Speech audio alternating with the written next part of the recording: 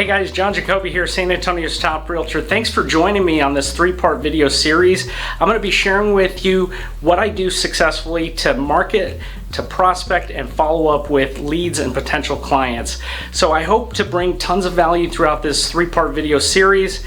So a little bit about myself. I've been selling real estate successfully here in San Antonio, Texas for the last 9 years. Over the course of 9 years, I've helped tons of families achieve their goals of buying and selling homes.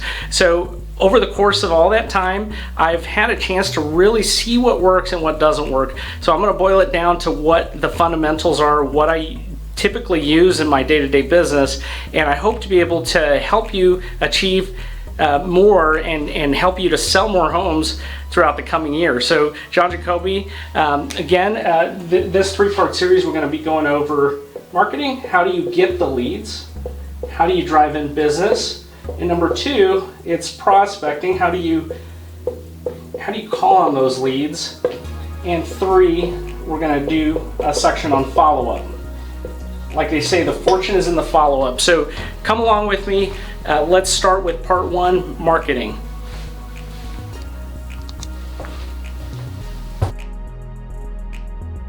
All right, guys, welcome back. John Jacoby. I'm going to be talking to y'all next about marketing. So this is one of my most favorite topics in all of real estate is marketing. So marketing is going to be one of the cornerstones of your business. So you want to make sure that you are focusing on the right things to the right people to gain the results that you're looking for. So whenever it comes to marketing, really there's a two-prong approach. So there's going to be relationship marketing and there's going to be online marketing. Now whenever it comes to relationship marketing, relationships, we are going to be focused more on listings, okay? And whenever it comes to online marketing, we're going to be focused on buyers. And the reason why I say listings come from relationships is because most people that own a home are going to be more cautious about who they list their house with. They're going to want to go with somebody that is recommended or referred to them. So really, I want you to start thinking that your relationships and your sphere of influence is going to be your source for getting listings. Now, what do listings do is they will give you something to market for buyers. So whenever I first got in the business, really I didn't know too much about relationship marketing. All I did was nothing but online marketing. Different sources for online marketing is going to be, of course, it's going to be like your Zillow, Realtor.com, whenever it comes to paid marketing. Now, what I've seen in the past is, and really I've tried all of these different marketing sources, and I would say that the most expensive marketing source, yet the most effective, has always been doing the Premier Agent marketing with Zillow. So I know that there's a lot of agents out there that are watching this that probably really don't like Zillow, but I've been using them for years, and I've always turned a profit on marketing with that company. So Zillow.com is a great source whenever it comes to paid marketing. Also Realtor.com. Now there's also social media aspect, just like Facebook, Instagram, TikTok, LinkedIn. Now really the strategy whenever it comes to Facebook marketing, most people are not going on there looking for a house. So you want to keep that in mind whenever you're doing marketing there with social media. Now what you want to be able to more focus on is how do I make myself more interesting, and how do I connect with more people that are maybe not just agents, not just real estate agents, but also everybody you know from school, from past jobs that you had. So really it's a great place to keep yourself top of mind with your sphere of influence. So I want you to think of Facebook as more of an avenue where you can stay top of mind with people that already know you, that you've been connected with in the past, and not so much focus on jamming real estate down their throat, but just staying top of mind and staying interesting to them. So you want to make sure that you're focusing on not just real estate, but also you want to make sure that you're speccing in a lot of that stuff whenever it comes to your Facebook social media profiles. Now, jumping back to Zillow.com and Realtor.com, really, you want to make sure that you're taking a cost-effective approach and looking at all the different zip codes that are available, and you want to make sure that you scale the ad spend periodically and take advantage of some of the organic features that you can do with Zillow whenever it comes to pushing your listings. So what we do with every single one of our listings is add in a Zillow 3D home tour. We're going to add in a Zillow video. We're going to schedule open houses, and what that does is it keeps your listings at the top of the search engines. So whether they buy your house or another house down the street, the main focus is always going to be to raise your online ranking there and stay at the top for the listings that you have access to. Also, another place where we can do online marketing is going to be search engine optimization. So SEO can get very complicated, it can get very difficult whenever it comes to ranking a page.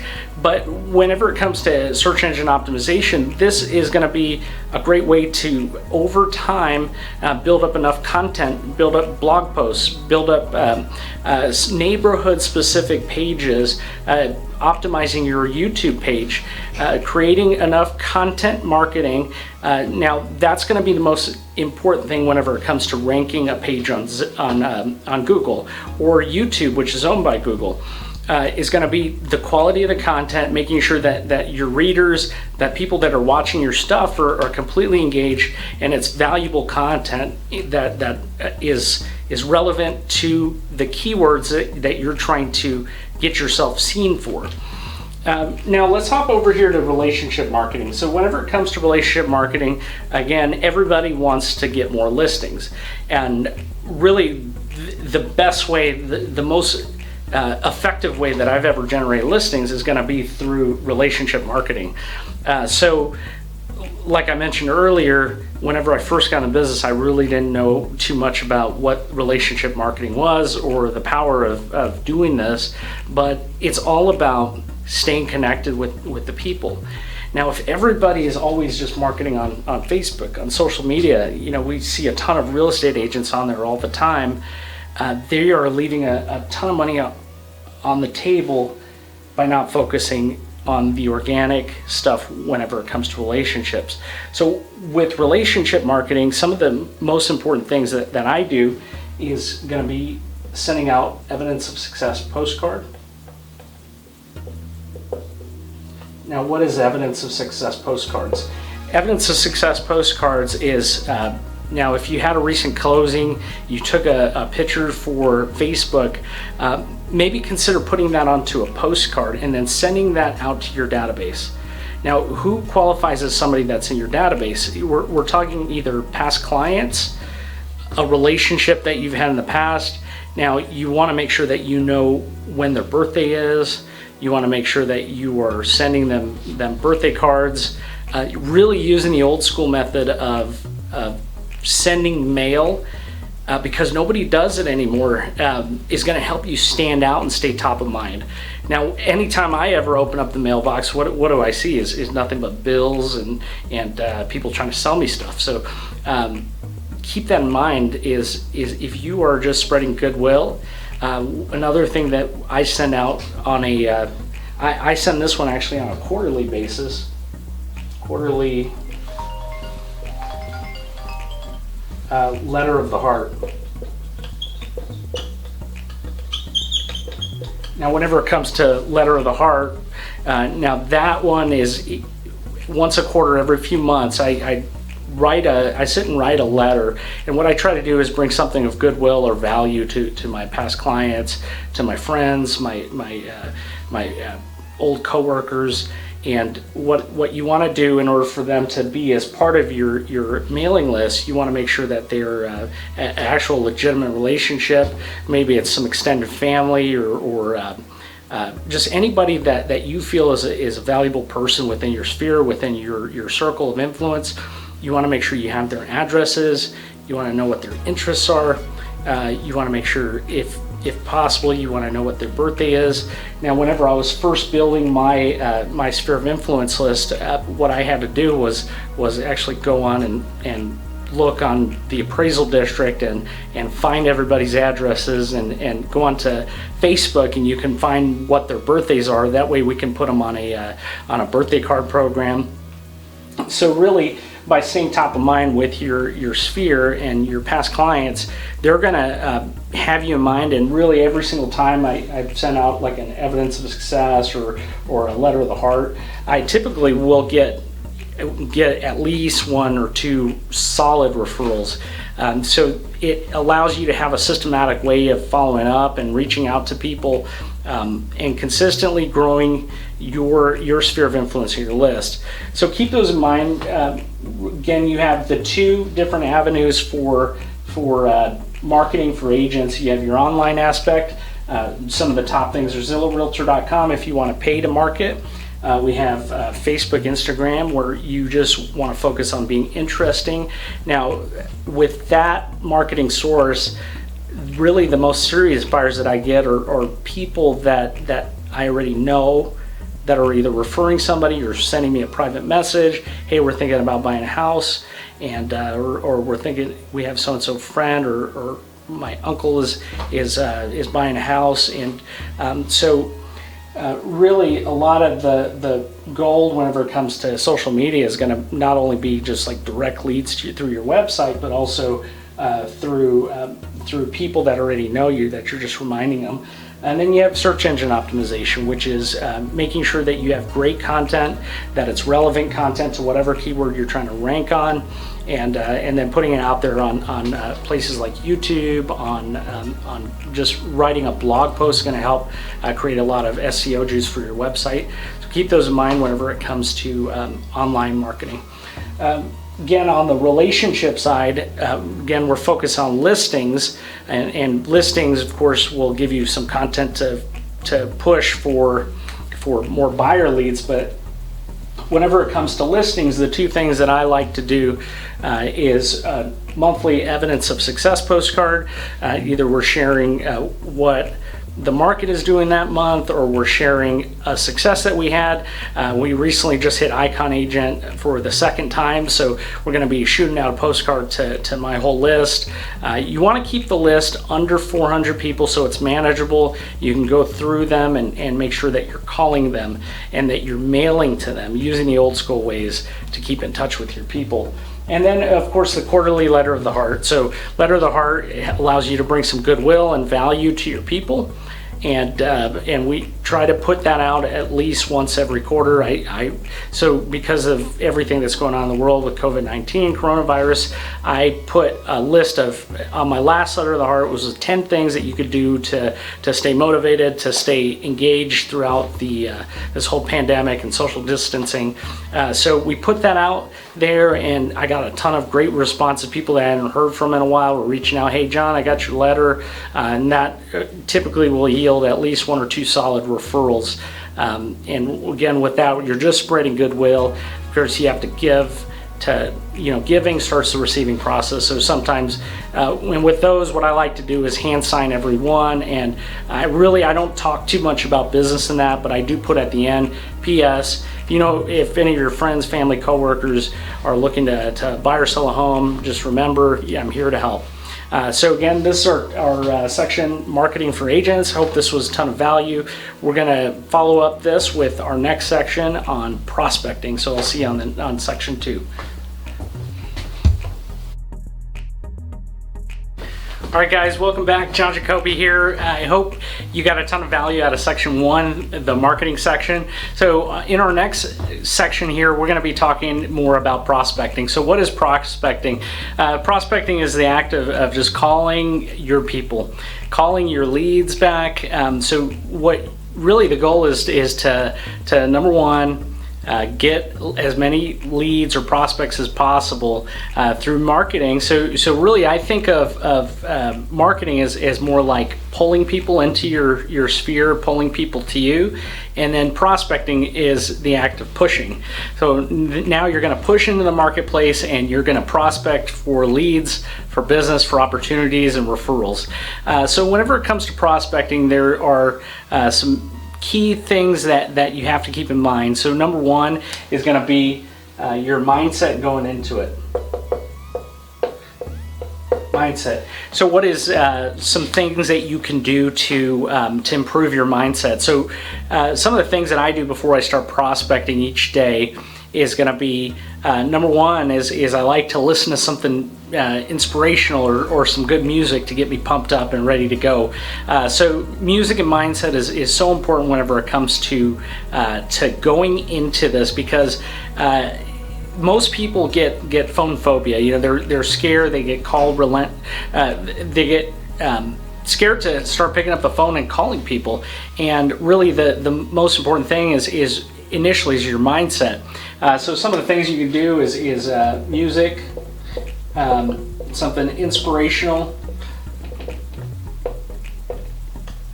and what I like to do each and every day whenever I start my day is do a goal setting practice. So if you're not doing this on a daily basis, I started doing this about I'd say about 5 years ago, and I could tell you that every single day whenever I come into the office and start my day of work, first thing that I do is I take out a sheet of paper. I'm going to write down all of my goals, everything that I want to achieve. It doesn't matter how big or how small it is. If it's important to me, it goes on the sheet of paper. And a lot of the papers that I write, or the half a page of papers of goals, is stuff that I write consistently on a daily basis, whether that be building my team, building my organization, helping more families reach their goals. Some of the things that I write about are creating more health and wellness, that I can have a family that is well taken care of, that my business partners are thriving, and so really by starting off with the right set of mind, or with the right mind frame, you're going to be able to go into this act of prospecting you're going to come from a place of positivity. You're going to come from a place of intention, and you know exactly what it is that you're after, and that's going to help eliminate some of the phobia of getting on the phone. So what I like to do whenever it comes to prospecting is first what I'll do is build a list. So whenever it comes to building a list, what I like to focus on now, if you start pounding the same people over and over and over, they're going to get really aggravated and annoyed. You're going to turn off a lot of people. So you want to make sure that you spread out and have a system in place whenever it comes to prospecting and who you're prospecting on what day of the week. So one of my previous mentors, I've gone through tons of different coaching programs, and one of my previous coaching programs was through the core coaching, and one of the things that they do is a 5-day work week.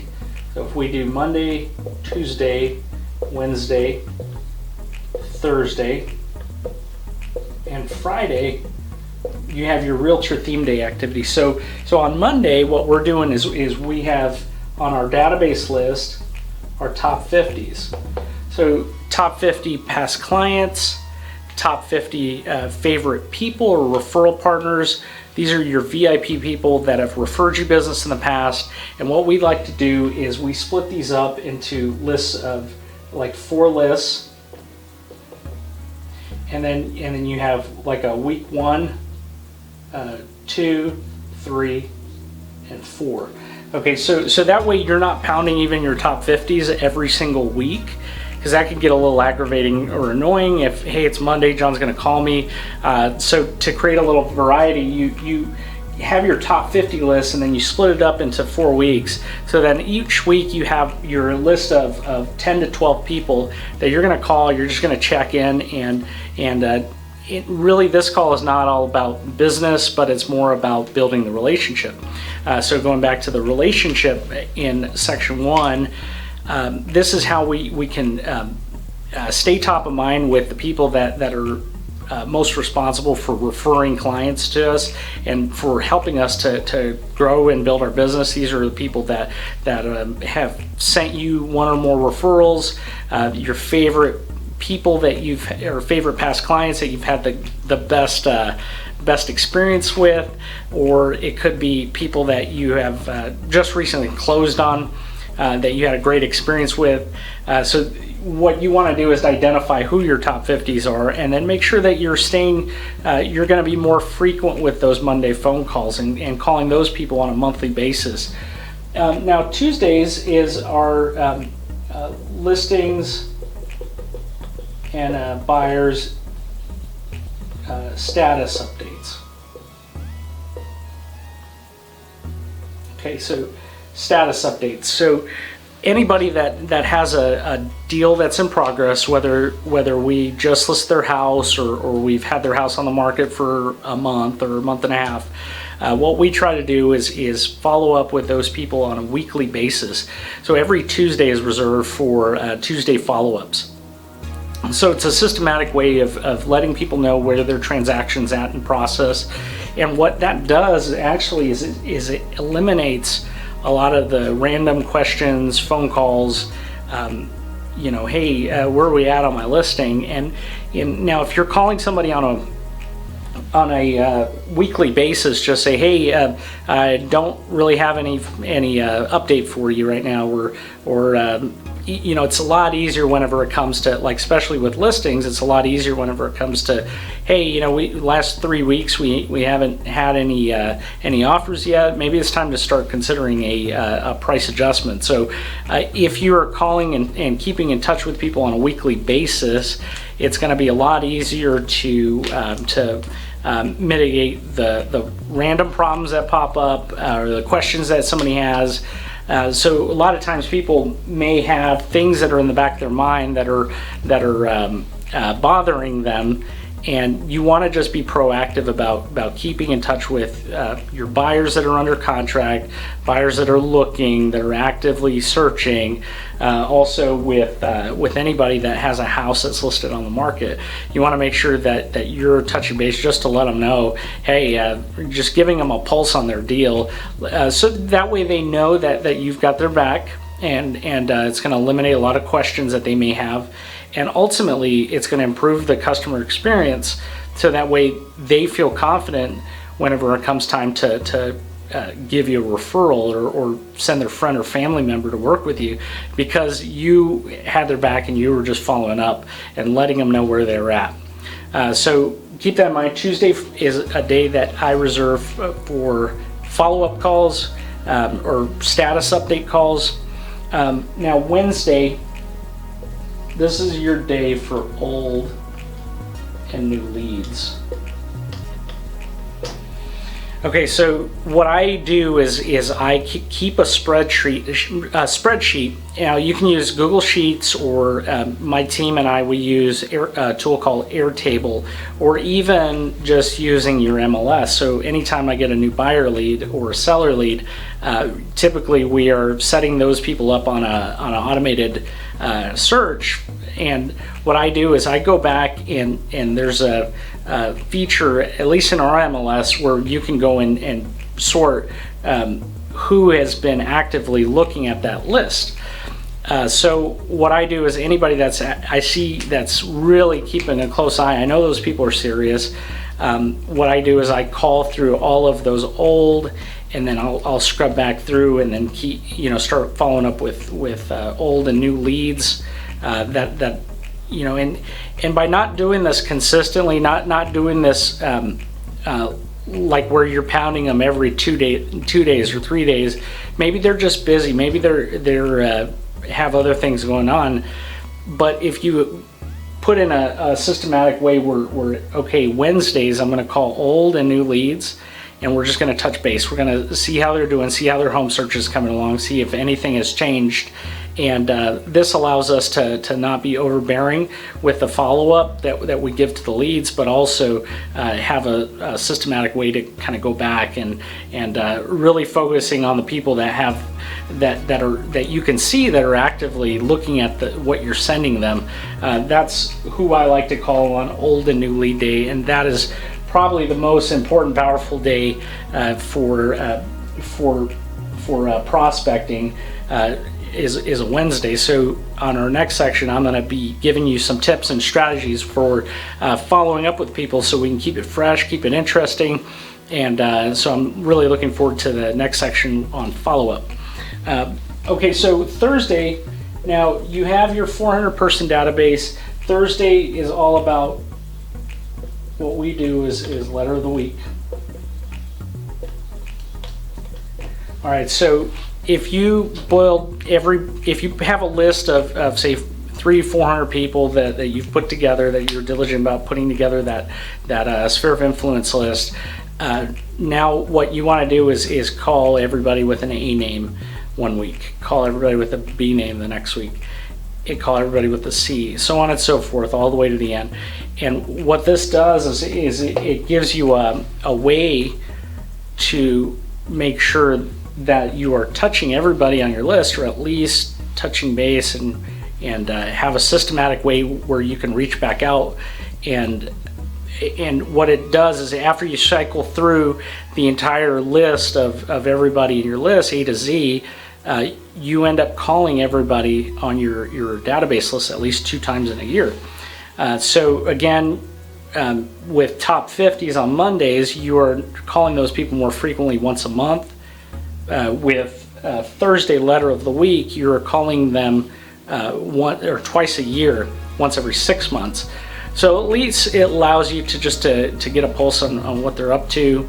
And you never know. I mean, there's a lot of people that in your list, just by touching base and mailing to them every month, and then they hear from you once every 6 months, they really feel like you care about them, and it allows them to feel good about them referring listings, referring other family members, maybe a neighbor.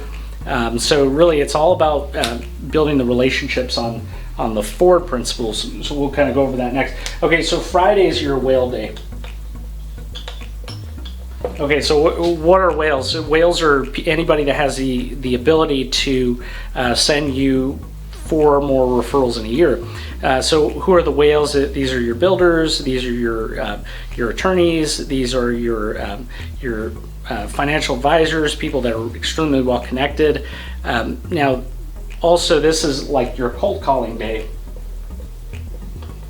So what you're doing on this day is you're looking for either a new builder partner or an attorney that needs to partner with an agent, and you're just compiling a list with whatever category of whale that you're hunting for that day, and then you are going to reach out to them, explain to them who you are, and then you're going to just kind of put them into your follow-up list and try to get a face-to-face meeting or a coffee appointment or a break bread appointment where you can at least get in front of them, get face-to-face with them by sitting down and building the relationship over a cup of coffee or lunch. That's going to be so important to getting out there and building your business. So again, whenever it comes to prospecting, you have your letter of the week, which we just went over in detail, and then you have your different lists of people that you're going after. Now, what I like to do is also have a list set aside called my hot list. So anybody that is a hot prospect that I know that they're going to be purchasing or selling their house within the 30 days, I like to keep these little golden nuggets, these people that have a lot of intention, into a thing called the hot list. So this is, and what you want to do is have this visible at your workspace. So this is going to allow you to say, okay, these people, maybe they might not fit into the category of a Monday, Tuesday, Wednesday, Thursday, Friday, but by putting that list out in front of you, you're going to make sure that you're not forgetting about the people that have the most intention. So build yourself a hot list, keep it in front of you. Make sure that you have different lists sorted out from all of your online leads to your relationships, your top 50s. Build a list of different whales that you can call on, and you want to make sure that you are always coming from a place of building the relationship. So of course, I'm sure most of y'all are aware of the Ford principle. This is how we like to prospect. Is we're talking about family, occupation,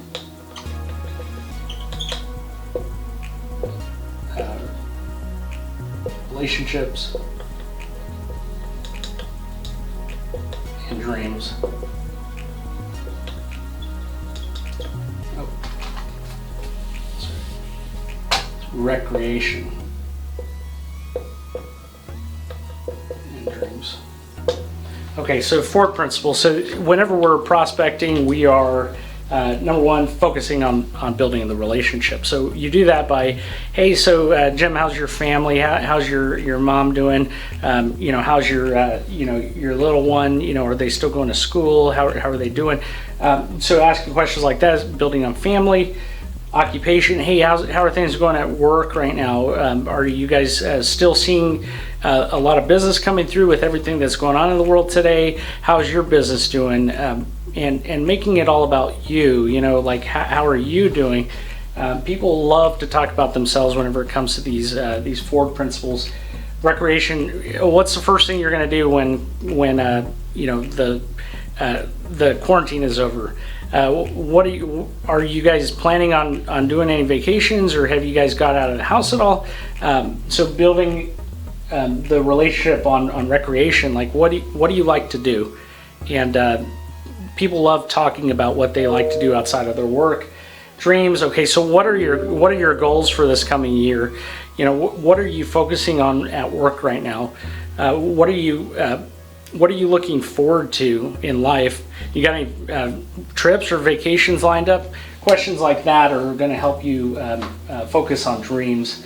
So John Jacoby here. I hope that this section on prospecting has brought you a ton of value. I'm going to be sharing with you more in section 3 on follow-up. I'm going to give you some creative strategies on how to follow up with your prospects. Now, not everything needs to be a phone call. So I'm excited to share with you some of the different strategies that I've used in my business for following up and staying interesting to all of your people. So hope this has been a ton of value. I will see you on section 3 on follow-up.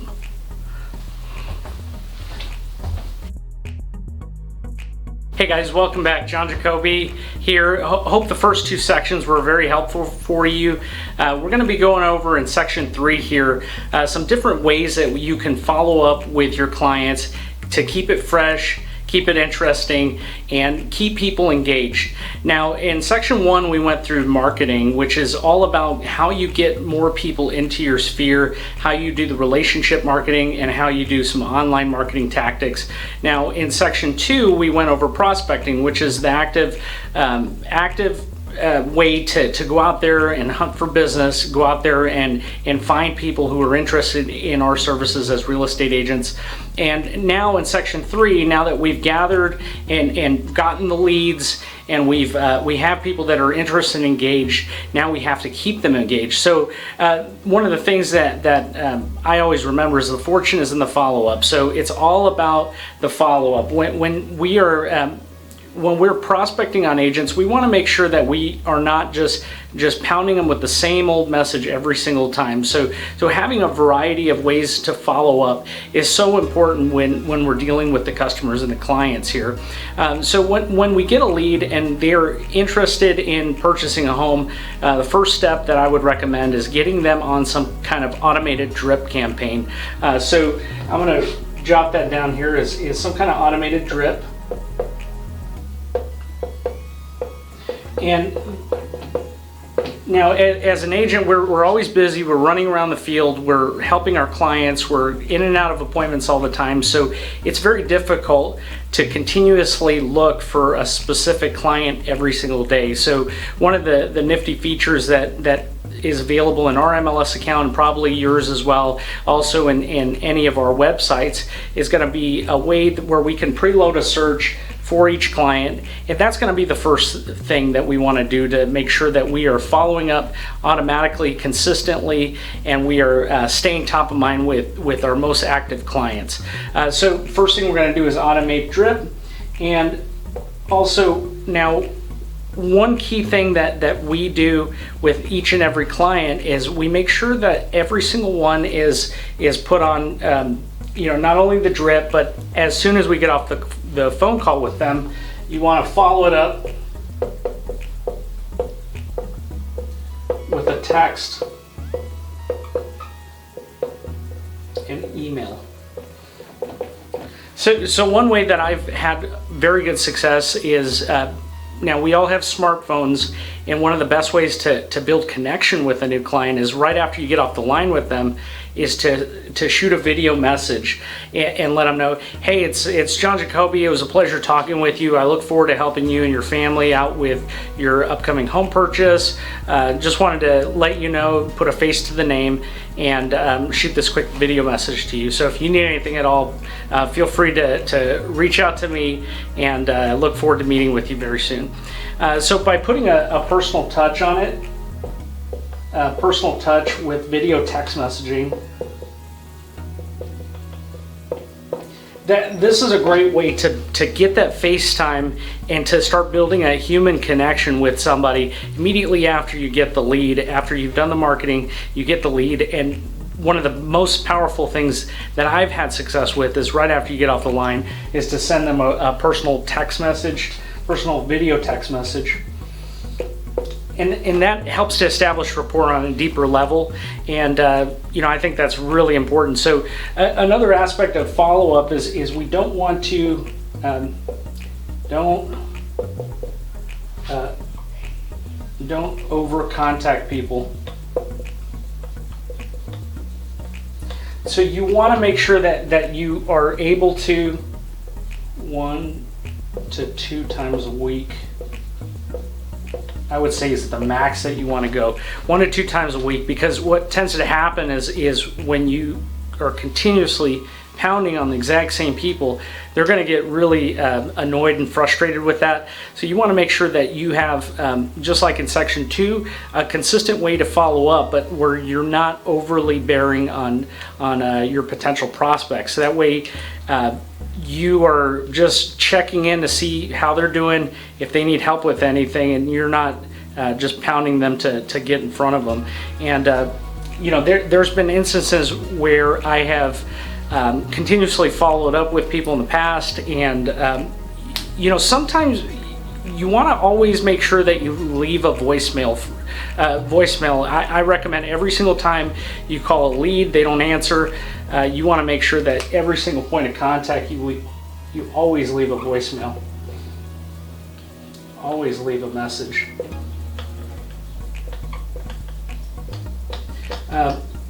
By always leaving a message, whether they call you back or text you back or not, you want to make sure that they got your message, and it gives you a little higher chance of making sure that whatever it is you're trying to relay out onto them, that they get that message. Also, it's a very key thing that anytime you call somebody to follow up with them, that you have some reason for calling them. So you want to make sure that you lead every single interaction with some kind of intention, whether that be, hey, just wanted to check in to see how your search is coming along. Hey, just wanted to make sure you were getting those listings I was sending you. Hey, just wanted to see if I needed to update any of the criteria that I have loaded in your search here. Hey, just wanted to see how things are going with your credit repair, or just even just a hey, how are you doing? So it's really important that you have variety and an intention whenever you go into every single follow-up phone call with a potential prospect that you're working on and following up with. There's been instances in the past where I have followed up with somebody consistently over even for months, for months and months, and even a year, and haven't gotten any response, you know at one point in time that they were interested in doing something. But just because you don't hear from them immediately and they don't respond back, everybody's busy out there. So you want to make sure that you don't give up on people that have an intention. If you know they haven't bought or sold a home yet, then continue to follow up with them consistently, but just make sure that you are doing it with variety, sending video messages, text messages, phone calls, emails, and putting them on an MLS strip. So that way part of this process of following up is consistent and is automated as well.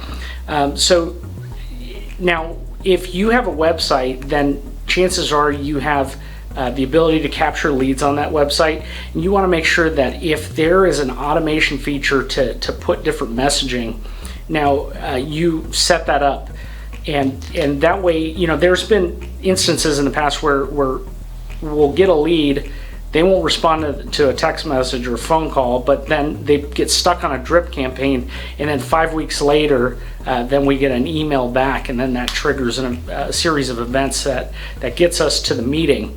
Now this is an important thing that I want to share with you.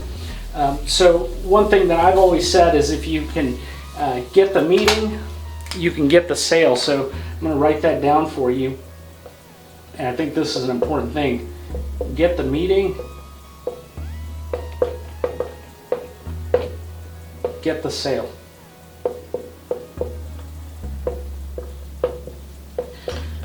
So really, the objective of following up is always to get in front of the prospect. So I want you to keep this in mind. Always want to move people down the chain of events from first contact, initial contact, where we're doing the discovery call, asking them questions, learning about what their needs are.